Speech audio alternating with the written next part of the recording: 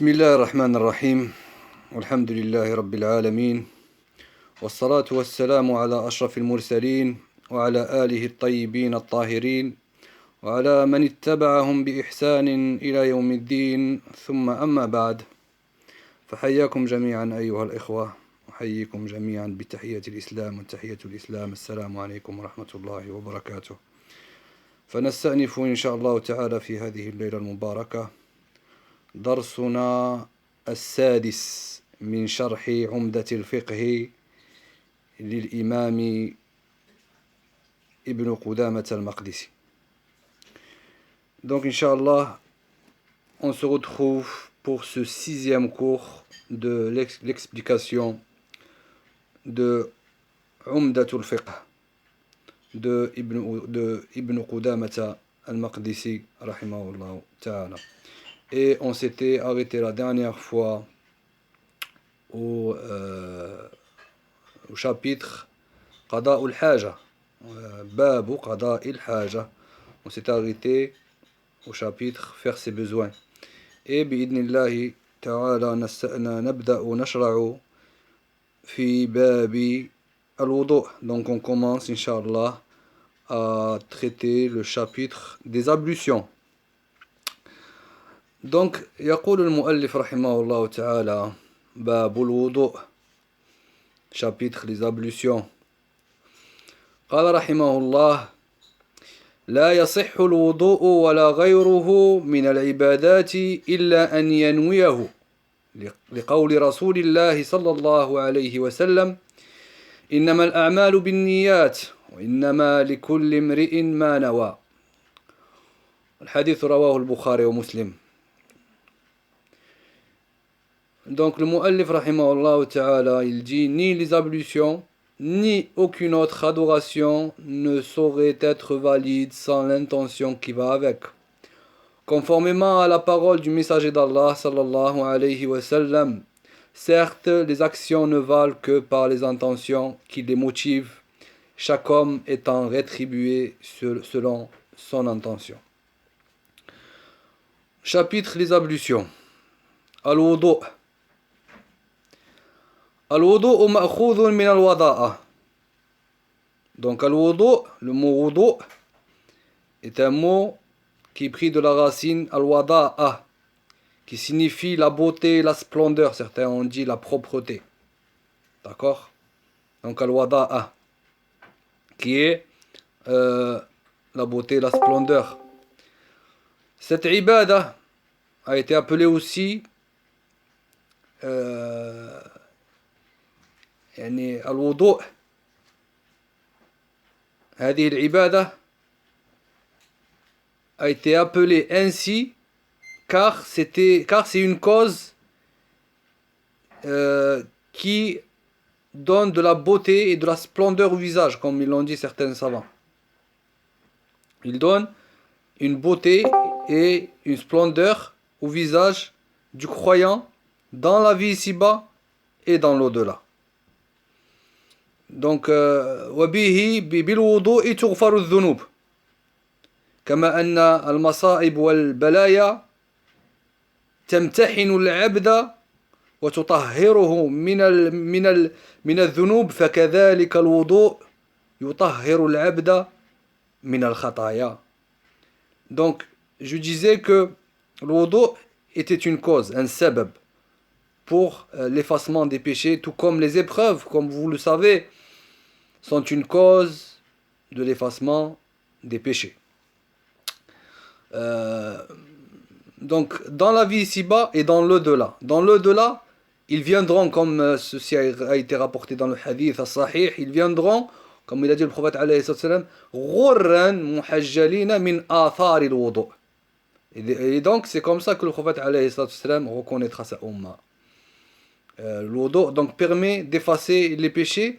لقوله صلى الله عليه وسلم في الحديث الطويل إذا توضأ العبد المسلم والمؤمن أو المؤمن فغسل وجهه خرج من وجهه كل خطيئة نظر إليها بعينه مع الماء أو مع آخر قطر الماء فإذا غسل يديه خرج من يديه كل خطيئة كان بطشتها يداه مع الماء أو مع آخر قطر الماء فإذا غسل رجليه خرجت كل خطيئة مشتها رجلاه مع الماء أو مع آخر قطر الماء حتى يخرج نقيا من الذنوب. وهذا حديث رواه مسلم. حتى يخرج نقيا من الذنوب. Comme ce hadith ressemble au hadith dans lequel le prophète alayhi salam parle des épreuves. حتى يمشي على الأرض وما عليه من خطيئة.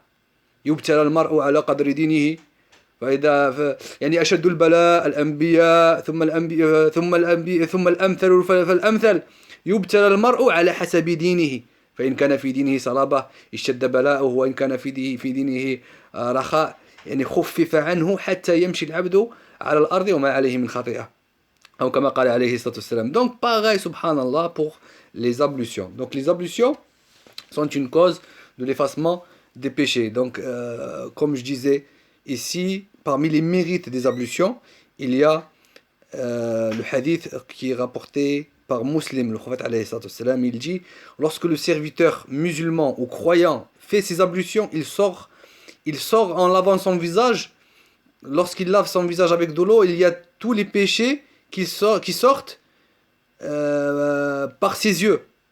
Et quand il se lave les mains, il sort de ses mains avec l'eau tous les péchés qu'il a commis avec ses mains. Et quand il se lave les pieds, il sort avec l'eau tous les péchés qu'il a commis en marchant avec ses pieds. C'est-à-dire les péchés, les endroits illicites. Le prophète alayhi salam, à la fin du hadith, il dit jusqu'à ce qu'il sorte complètement purifié de ses péchés. Jusqu'à ce qu'il sorte complètement purifié de ses péchés. وهذا الحديث رواه مسلم. Aussi parmi al-fada'il, les mérites des ablutions, nous trouvons le hadith d'Abi Huraira رضي الله عنه كذلك عند مسلم قال صلى الله عليه وسلم ألا أدلكم على ما يمحو الله به الخطايا ويرفع به الدرجات قالوا بلى يا رسول الله قال إسباغ الوضوء على المكاره وكثرة الخطى إلى المساجد وانتظار الصلاة بعد الصلاة فذلكم الرباط. Parmi les mérites aussi, il y a le hadith qui est rapporté par Abu Huraira.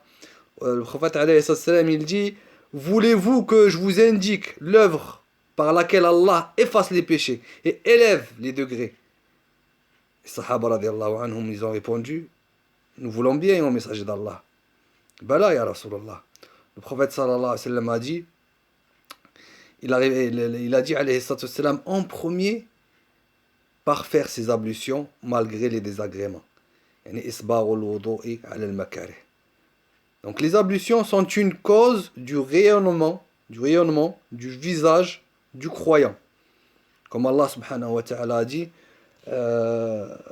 simahum fi wujuhihim min athari sujud.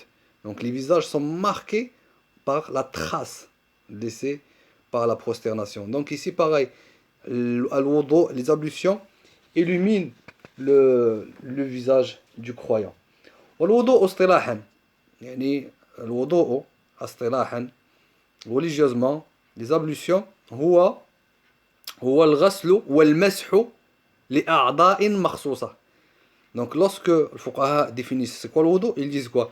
Ils disent c'est le lavage et l'essuyage d'organes bien précis, bien définis. Donc le lavage, c'est verser de l'eau sur les organes, sur les parties en question. هذا هو الغسل. Et l'essuyage, c'est passer la main mouillée seulement. D'accord? Donc lorsque al-fuqaha parle de lavage, de al-ghasl, il cite les organes qui sont le visage en premier. Et dans le visage, il y a al-fam ou al-anf. Donc dans le visage, il y a le nez, donc il comprend le nez et la bouche. Donc ces organes-là, ces parties-là du corps, on les lave et on ne les essuie pas. D'accord? Il y a ensuite les mains jusqu'au coude. Ça cette partie-là, elle doit être lavée, elle rentre dans le lavage. Et il y a, en dernier, les pieds. Les pieds rentrent dans le lavage, ils ne rentrent pas dans l'essuyage. Et l'essuyage concerne la tête, et lorsqu'on parle de la tête, on fait rentrer les oreilles.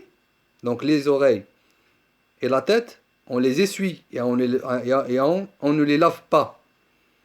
On parle, pour le masih, on parle de al-khuffayn, des chaussons, et al-imama aussi. On parle du turban pour le masih. والوضوء كما يقول أهل العلم عبادة جليلة فرضها الله سبحانه وتعالى عند القيام إلى الصلاة. الوضوء عبادة جليلة فرضها الله سبحانه وتعالى عند القيام إلى الصلاة. عند القيام أي إذا أراد العبد أن يصلي فعليه أن يتوضأ. D'accord? Et cette farida a été prouvée par le Coran, par la Sunna et par le Ijma'. Quant au dalil du Coran, c'est la parole d'Allah subhanahu wa ta'ala dans Surat al-Ma'ida وهذه الآية تعرف بآية الوضوء. يا أيها الذين آمنوا إذا قمتم إلى الصلاة فاغسلوا وجوهكم وأيديكم إلى المرافق وامسحوا برؤوسكم وأرجلكم إلى الكعبين. Donc le verset dans Surat al-Ma'ida, Allah subhanahu wa ta'ala dit: ô vous qui avez cru, lorsque vous vous levez pour la salat, lavez vos visages et vos mains jusqu'au coude. Passez les mains mouillées sur vos têtes et lavez-vous les pieds jusqu'aux chevilles. Dans la sunna, ceci dans le Coran, dans la sunna, on trouve également de nombreux hadiths qui montrent son caractère obligatoire. Donc, parmi ces hadiths, il y a le hadith لا يقبل الله صلاة أحدكم إذا أحدث حتى يتوضأ. لا يقبل الله صلاة أحدكم إذا أحدث حتى يتوضأ. وفي لفظ عند مسلم لا تقبل صلاة بغير طهور. لا تقبل هذا عند مسلم. لا تقبل صلاة بغير طهور. Donc Allah subhanahu wa ta'ala n'accepte pas la prière de quelqu'un d'entre vous que s'il est purifié. Que s'il est purifié. C'est-à-dire si il a fait au préalable ses ablutions. Donc ceci est une preuve que la salat ne peut être valide que si elle est précédée par les ablutions. والوضوء يعني بالنسبة لكلمة الوضوء عندنا الوضوء وعندنا الوضوء. Donc ne confondez pas les deux. Donc en arabe on a deux mots. Donc il y a juste on appelle ça voilà les voyelles, une voyelle courte qui change, mais qui font changer. Si elle change, elle fait changer le sens du mot. Ça, vous le savez. C'est des fois, même dans le Coran, il suffit de mettre une kasra à la place d'une damma ou de changer la voyelle courte et cela fait changer le sens du mot. Donc, pour al-wudu, avec damma sur le waw, al-wudu. Donc, al-wudu avec le waw désigne l'acte qui est l'ablution. D'accord? Donc, quand on parle de al-wudu, on parle des ablutions. Donc, notez-le ça, Inch'Allah. Al-wudu, c'est les ablutions. Et lorsque on emploie al-wadu, lorsque on emploie al-wadu avec la fatha sur le waw, c'est l'eau utilisée pour les ablutions. C'est très important ça. D'accord? Donc, on différencie entre les deux mots, entre al-wadu et al-wudu. Al-wudu, c'est les ablutions, et al-wadu, c'est l'eau utilisée pour les ablutions.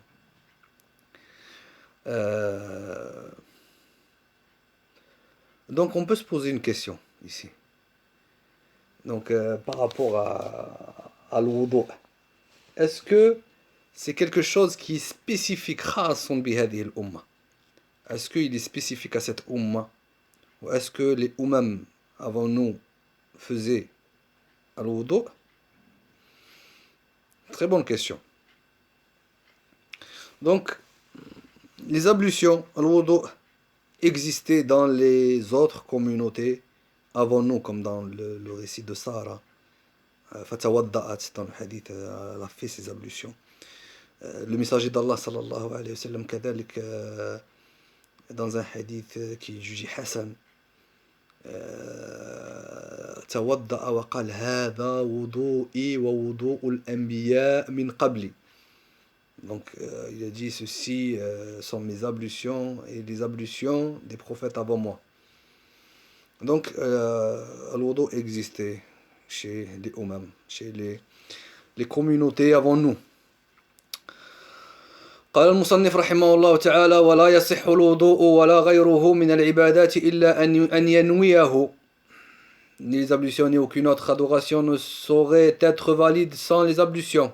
Ici l'auteur rahimahullah ta'ala veut dire que les ablutions ainsi que l'ensemble des adorations ne sont pas valides sans l'intention. Donc l'intention, comme les savants le disent, النية تستعمل للتفريق بين العادة والعبادة وكذلك تستعمل النية للتفريق بين العبادات بين العبادات.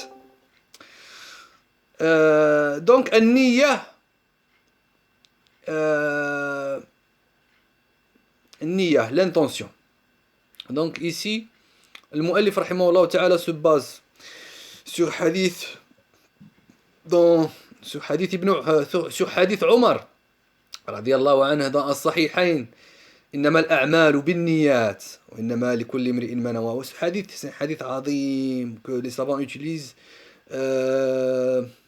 dans leurs ouvrages lorsqu'ils démarrent, lorsqu'ils commencent leur écrit, ils commencent par ce hadith qui est إنما الأعمال بالنيات. Yani les actes ne valent que par les intentions. Certains ulama ont dit que ce hadith représentait le quart de la religion. D'autres ont dit le tiers. D'autres ont dit la moitié. إنما الأعمال بالنيات.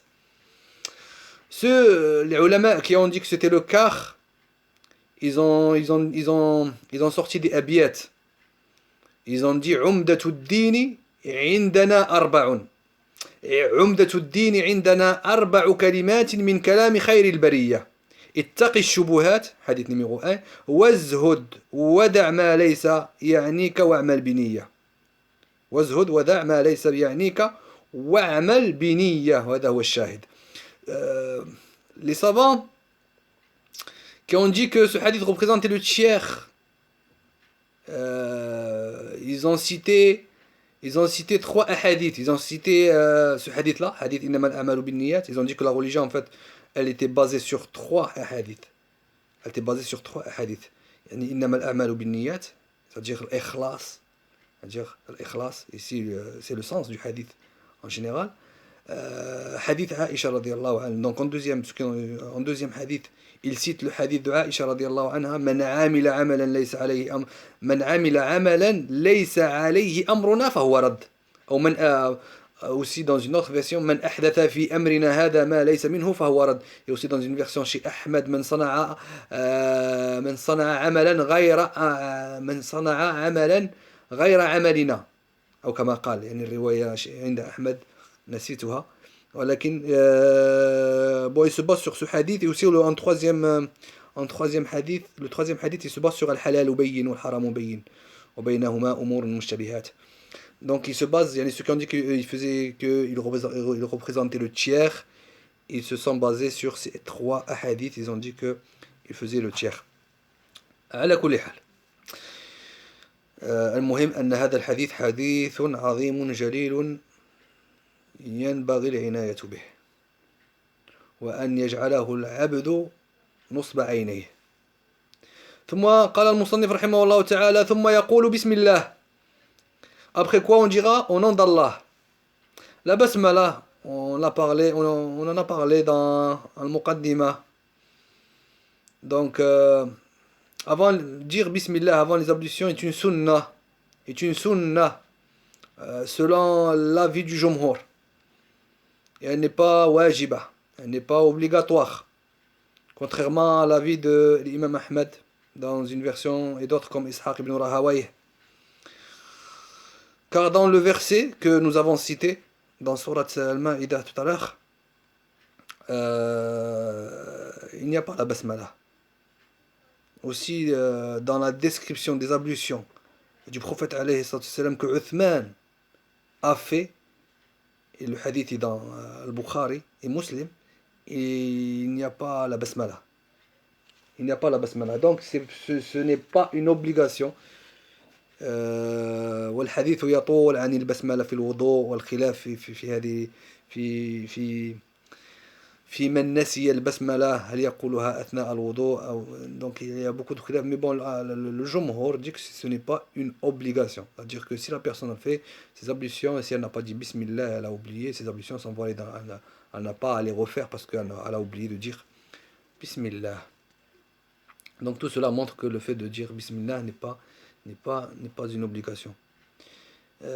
Et ceux qui disent que c'est une obligation s'appuient sur le hadith d'Abi Saïd al-Khudri chez Ahmed. Même Ahmed il dit لا يثبت شيء في هذا الباب sur le basmala. Et le hadith, ceux qui disent que c'est une obligation, ils se basent sur le hadith de Abi Saïd al-Khudri radiyallahu anhu, qui le prophète alayhi salam a dit la wudu'a liman lam yadhkur ismullah liman lam yadhkur ismallahi alayh. Il se base sur le hadith, les ablutions sont invalides pour celui qui ne prononce pas, qui ne prononce pas le nom d'Allah dessus. Avant. Le hadith est très faible, malgré que certains muhaddithins l'ont jugé Hassan.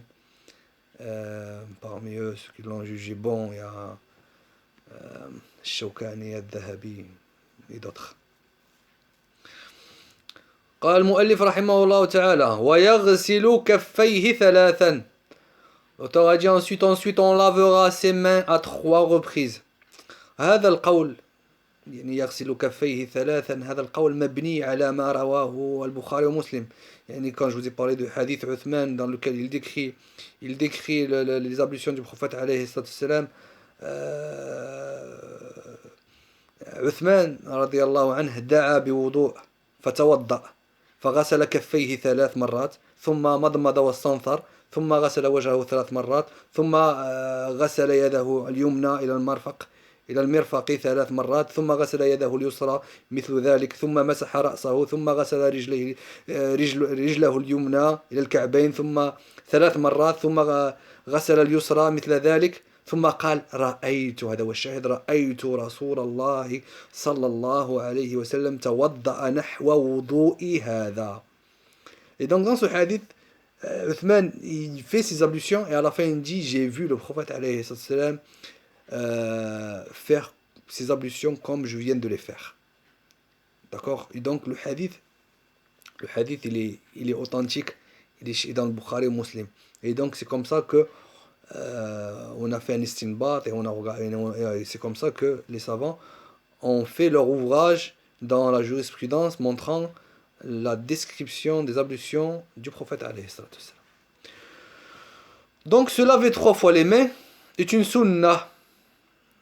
Donc c'est une recommandation, est une sunna. Et ce qui est obligatoire, c'est les laver une fois. Donc l'obligation, elle est dans le fait de les laver une fois.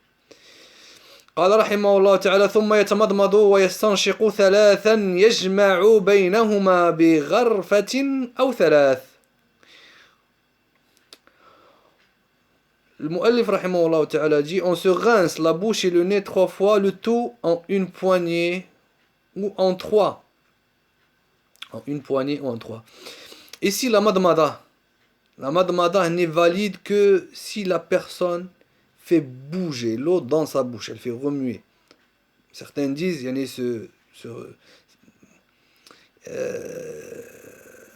on dit ça, on dit se gargariser, si je ne me trompe pas du mot. Donc le madmada, il doit la gargariser, la remuer dans sa bouche et la recracher. Donc le madmada,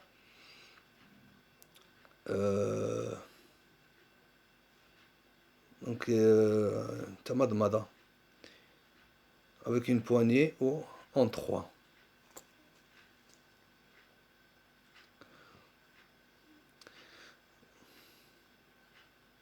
Donc ici, al-madmada, il doit la recracher, parce que le prophète alayhi salam n'a jamais avalé, yani, lorsqu'il a fait la madmada.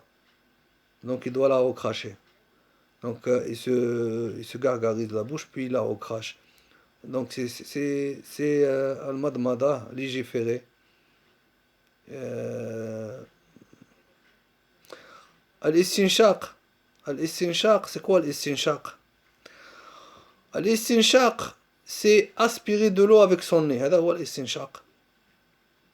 Donc, wal-istinthar. C'est quoi al-istinthar? Donc, عندنا al-istinshaq wal-istinthar. Al-istinthar, c'est rejeter avec le nez. D'accord? Donc, al-istinshaq wal-istinthar. Donc, j'aspire l'eau avec mon nez et je la rejette avec mon nez. Donc, on appelle ça al-istinthar. يجمع بينهما بغرفة أو ثلاث. Ici, c'est... Il regroupe les deux, c'est-à-dire al-madmada. Donc, écoutez bien. Il regroupe les deux, c'est-à-dire al-madmada et al-istinshaq. Donc, on a dit al-istinshaq, c'est aspirer de l'eau avec son nez. Al-istinthar, c'est rejeter de l'eau avec son nez. Il dit, il regroupe les deux, c'est-à-dire al-madmada. يعني يجمع بينهما يعني al-madmada et al-istinshaq. Avec une seule poignée d'eau ou trois. Donc, avec la description ici de al-madmada, donc, wal-istinshaq wal-istinthar. Avec une poignée d'eau, il met une partie dans sa bouche et l'autre partie, il l'aspire avec son nez, avec sa main droite. Donc, il prend une poignée, il la met, il met une partie dans sa bouche et l'autre partie, il l'aspire avec son nez. Donc, il fait cela 3 fois istihbaban. 3 fois istihbaban. Donc c'est pas une obligation de faire 3 fois. Ici encore, 3 fois c'est recommandé. Et ceci est pris du hadith de Abdullah ibn Zayd, radiyallahu anhu ardah. Lorsqu'il a décrit les ablutions du prophète alayhi salam, il a dit فَمَضْمَضَ وَاسْتَنْثَرَ 3 مرات من غرفة من غرفة واحدة. Donc Abdullah ibn Zayd, il dit, il a fait, en parlant du prophète alayhi salatu wassalam, il dit, il a fait al-madmada. Je regarde si mon téléphone enregistre. D'accord, il enregistre. Donc Abdullah ibn Zayd radiyallahu anhu, il dit, le prophète alayhi salatu wassalam a fait al-madmada et al-istinthar 3 fois avec une seule poignée d'eau. Donc ici, il y a 2 situations. Ici, il y a 2 situations. Il y a 2 modes, si on peut dire ça comme ça, pour faire al-madmada avec al-istinshaq ou al-istinthar.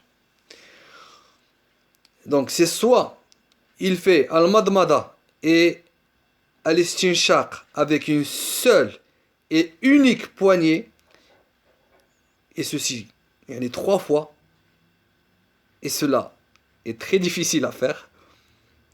C'est-à-dire quoi? C'est-à-dire que tu prends une poignée avec ta main droite, tu fais et tu aspires avec ton nez, et tu avec la main gauche, tu rejettes ce qu'il y a dans ton nez, tu rejettes l'eau, et tu toujours avec la même poignée que tu as dans ta main, tu prends un peu d'eau et tu mets l'autre et tu aspires l'autre avec ton nez, et toujours avec la même, tu reprends pas une autre poignée, c'est toujours avec la même. Et ça, c'est très difficile à faire, et tout le monde je veux dire tout le monde, c'est très difficile à faire. Ça c'est une version, donc qui est prise en considération. وهو ظاهر حديث عبد الله بن زيد. Ensuite, il y a soit il le fait 3 fois. Donc la deuxième façon, c'est 3 fois avec 3 poignées. Il prend une poignée, il met la moitié dans sa bouche, la moitié il aspire avec son nez, d'accord, et il rejette l'eau de son nez, puis il reprend une autre poignée avec sa main droite, et il fait la même chose 3 fois. D'accord? Donc il fait ça 3 fois. Donc le deuxième avis que je viens de citer, c'est le mashhour. C'est-à-dire, il prend une poignée, il met la moitié dans sa bouche, et l'autre moitié, il l'aspire, et ainsi de suite, et comme je vous l'ai décrit. هذا يسمى عند العلماء مذهب الوصل. هذا عند العلماء يسمى مذهب الوصل، وهو الجمع بين المضمضة والاستنشاق من كف واحد. هو الجمع بين المضمضة والاستنشاق من كف واحد. ثم يغسل وجهه ثلاثا، puis on se lavera le visage 3 fois. هذا لقول الله تعالى: يا أيها الذين آمنوا إذا قمتم إلى الصلاة فاغسلوا وجوهكم. Donc si vous vous levez، هذا هو الفرض الأول. هذا هو الفرض الأول. Donc le visage ici يغسل وجهه ثلاثا. Le visage. Le visage part des racines des cheveux au niveau du front. Donc pour délimiter le visage. Le visage il part d'où? Il part de la racine des cheveux au niveau du front jusqu'au menton. Et donc ça c'est en, si on peut dire ça, en long, en large, c'est de l'oreille droite à l'oreille gauche. Donc ça, on délimite le visage par ces points-là, par ces 4 points, les 2 oreilles, la racine des cheveux et le menton. هذا هو الوجه. مفهوم؟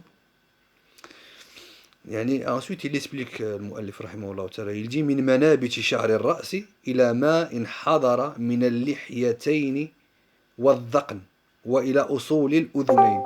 الأصول الأذنين c'est les racines des oreilles، يعني d'où commencent les oreilles. Donc ici le muallif rahimahullah ta'ala, il fait la description du visage. Il décrit le visage. Puis on se lavera le visage 3 fois, couvrant la partie allant de la racine des cheveux au bas des maxillaires. Ajib. Je ne sais pas pourquoi après ils ont dit maxillaire. Maxillaire, dhaqn.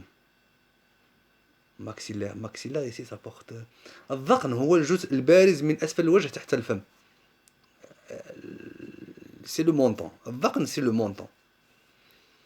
Je trouve ici que c'est confus parce que maxillaire, on a 2 maxillaires. On a la maxillaire supérieure, يعني هذا فهمي. Donc ça c'est c'est comment je vois les choses. Je peux me tromper. D'accord. C'est vrai que au niveau de la traduction, je suis minutieux au niveau des mots. Parce que quand on parle de maxillaire, on a 2 maxillaires. On a la maxillaire, on peut dire ça, mâchoire. On a la maxillaire supérieure et la maxillaire inférieure. Alors que le dhaqn représente le bout de la maxillaire inférieure. Je ne sais pas si on me suit. Donc la maxillaire inférieure, on l'appelle aussi le mandibule. La maxillaire inférieure, on l'appelle le mandibule. Donc on a 2 maxillaires. Et la maxillaire supérieure, elle est divisée en 2. Il y a la maxillaire droite et la maxillaire gauche. Au niveau du nez, au niveau à côté, voilà, au niveau des joues. Au niveau des joues. Et c'est la mâchoire. D'accord? Donc là,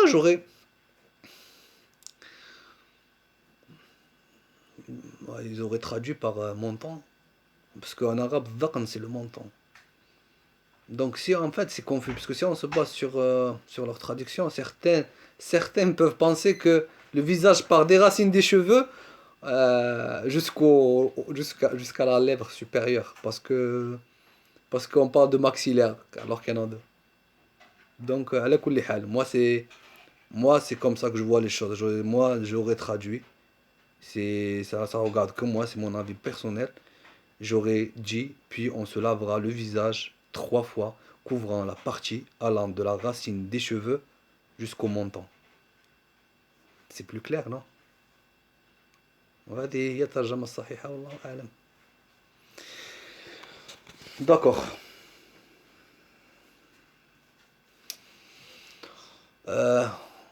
Puis le muallif rahimahullah ta'ala قال: on fera pénétrer l'eau entre les poils de la barbe si celle-ci est épaisse.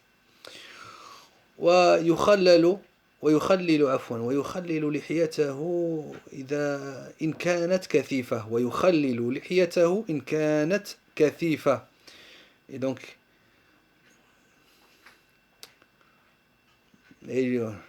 التخليل هو إدخال الأصابع إما بين الرجلين أو بين الشعر أو في اللحية. هذا هو التخليل. يعني tu fais rentrer tes doigts pour faire rentrer l'eau, soit entre tes orteils, soit dans ta barbe, soit au niveau de tes cheveux quand tu te laves. هذا هو التخليل. Donc ici, si la barbe, donc qu'est-ce qu'on comprend? On fera pénétrer l'eau entre les poils de la barbe si celle-ci est épaisse. Ici, si la barbe est épaisse, il suffit de laver ce qui apparaît de la barbe sans qui et sur ce point il n'y a aucun khilaf.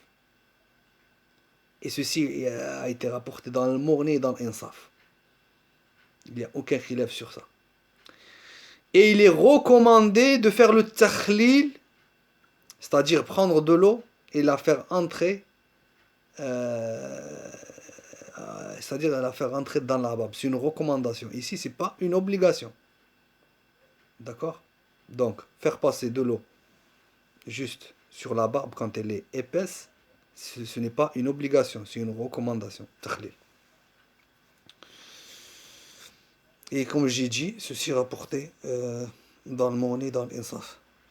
وإن كانت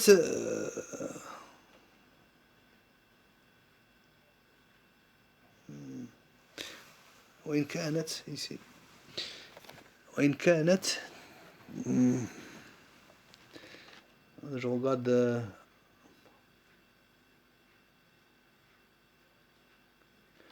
وإن كانت تصف البشرة لازمه غسلها. En revanche, si la barbe laisse apparaître la peau, alors on devra la laver. Donc si la barbe est légère, certains sont, ils ont une barbe en fait qui n'est pas épaisse. Elle ne pousse pas. Bon, elle ne pousse pas. Elle pousse, mais elle fait apparaître la peau derrière. On voit la peau. Donc ici, c'est ce qui veut dire le mu'allif. Il ne parle pas des imberbes. Il parle des gens qui ont une barbe qui est très légère. Donc si la barbe est légère et on voit à travers la peau, le croyant est obligé de faire pénétrer l'eau jusqu'aux racines. Contrairement à la première situation qu'on a vue. D'accord? Donc si elle est légère, il est obligé de faire pénétrer l'eau jusqu'à al-bashra, jusqu'à la peau. Donc par rapport au takhlil, il y a un hadith qui a été rapporté par At-Tirmidhi par rapport au takhlil. Takhlil, je vous ai expliqué c'était quoi. Qui a été rapporté par At-Tirmidhi, Ibn Majah, selon Uthman, radiallahu anhu, qui dit le prophète alayhi salam faisait le takhlil de sa barbe. وهو حديث حسن. وهو حديث أن النبي عليه الصلاة والسلام كان يخلل لحيته. وهو حديث قال أهل العلم وهو حديث حسن. ثم يغسل يديه إلى المرفقين ثلاثا. Puis on lavera ses bras jusqu'au coude, compris 3 fois. Des fois, subhanallah, c'est simple à traduire. L'yad, tu as traduit par main. Donc, ceci, on l'a déjà cité dans le hadith de Uthman, comment le prophète alayhi salam faisait ses ablutions. Ici, j'ai une remarque par rapport à la traduction. J'aurais employé main au lieu de bras. Donc, on dira, puis il lavera ses mains jusqu'au coude compris 3 fois. Car Allah subhanahu wa ta'ala, parce que quand vous regardez les traductions, même la traduction de mot main, c'est al-yad, c'est la main. Ça porte à confusion quand on parle de bras. Donc si on commence à faire des recherches, regarder c'est quoi le bras. Quand on parle de bras, la main n'est pas inclue. Certains disent que ça part du poignet jusqu'à l'épaule. Certains disent que le bras part de l'épaule jusqu'au coude et que du coude jusqu'au poignet c'est l'avant-bras. Donc il y a khilaf. Ici, Allah subhanahu wa ta'ala il dit dans le verset إذا قمتم إلى الصلاة فاغسلوا وجوهكم وأيديكم إلى المرافق. Donc et vos mains les mains sont compris dans le ghusl jusqu'au coude, jusqu'au marafiq. J'aurais traduit ici par j'ai enlevé le bras, j'aurais enlevé le bras et mis la main. المهم على كل حال.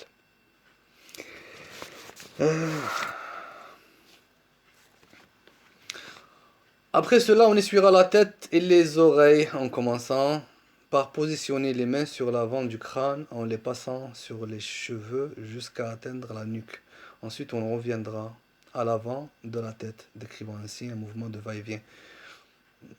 قال المصنف رحمه الله تعالى ثم يمسح رأسه مع الأذنين يبدأ من مقدمه ثم يمرهما إلى قفاه ثم يردهما إلى مقدمه ثم يمسح رأسه donc مرة واحدة وجوبا مرة واحدة وجوبا donc une fois c'est une obligation de la passer une fois والدليل قوله تعالى في آية الوضوء وامسحوا برؤوسكم et essuyez vos têtes وهذا مجمع عليه ceci cette question il y a consensus dessus et passer les mains mouillées sur la tête هذا في سورة المائدة ce ijma il a été rapporté par At-Tahawi rahimahullah ta'ala aussi Ibn Rushd Ibn al-Muflih dans Al-Mubdi' Zarkashi dans Mukhtasar Al-Kharqi.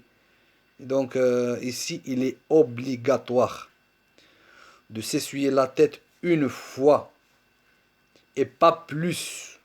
C'est clair, pas plus d'une fois. On va dire pourquoi. Parce qu'après ça devient du lavage. C'est plus de l'essuyage. يعني إذا انتقلنا إذا مسحنا أكثر من مرة انتقلنا من المسح إلى الغسل وهذا لا يجوز. قول المصنف رحمه الله تعالى مع الأذنين avec les deux oreilles. Donc الدليل حديث ابن عباس ici حديث ابن عباس ثم مسح برأسه وأذنيه باطنهما بالسباحتين وظاهرهما بإبهاميه. Donc ici والحديث رواه أبو داود والترمذي والنسائي واللفظ له. Ici le hadith, le prophète alayhi sallam a fait l'essuyage des deux oreilles en passant les deux index dans les oreilles et ses pouces sur l'extérieur des oreilles.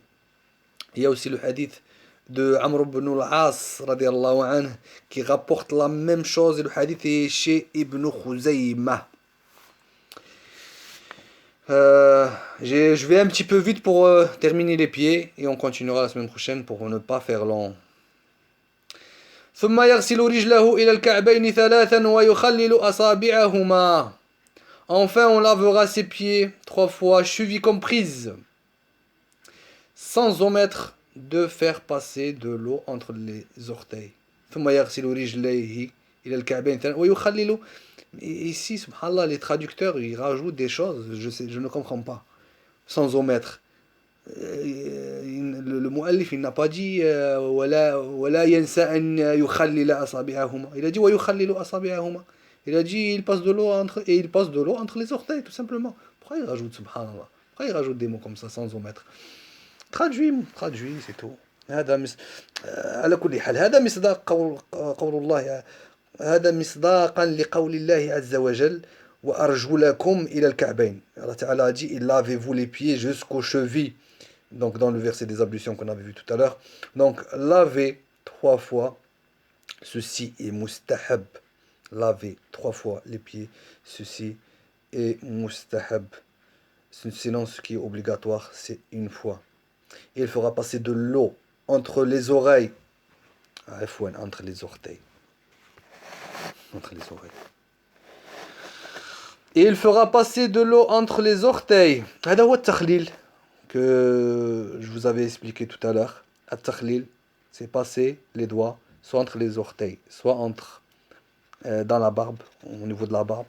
Tu fais pénétrer de l'eau. Tu fais le takhlil, on appelle ça le takhlil, soit au niveau des cheveux. Ceci est prouvé par hadith لقيط بن صابرة لقيط بن صابرة مرفوعا أصبغ قال النبي عليه الصلاة والسلام أصبغ الوضوء وخلل بين الأصابع وبالغ في الاستنشاق إلا أن تكون صائما. Donc أصبغ الوضوء c'est-à-dire يعني refais tes ablutions sur ce qui est détestable. Khalil bayn al-asabi' et fais le takhlil, passe tes doigts mouillés entre les orteils. Wabaligh fil istinshaq, et exagère, exagère lorsque tu fais lorsque tu fais l'istinshaq, tu aspires de l'eau avec ton nez, illa an takuna sa'ima, sauf si tu es en état de jeûne. C'est-à-dire en état de jeûne, n'exagère pas dans l'aspiration de l'eau avec ton nez. Faut. Ibn al-Qayyim rahimahullah ta'ala rapporte dans Zad al-Ma'ad. Dans Zad al-Ma'ad, il rapporte, il dit que le prophète alayhi salatu wassalam ne faisait pas le takhlil tout le temps. Et ce qui indique que ceci est une recommandation et ce n'est pas une obligation. D'accord? Ceci est une recommandation. Mustahab. نكتفي بهذا القدر إن شاء الله تعالى وإلى مجلس آخر إن شاء الله إذا كان في العمر بقية. سبحانك اللهم وبحمدك نشهد أن لا إله إلا أنت نستغفرك ونتوب إليك. Et si certains frères ont des questions, Inch'Allah, ils les poseront sur WhatsApp. Barakallahu fikum wa jazakumullahu khayra.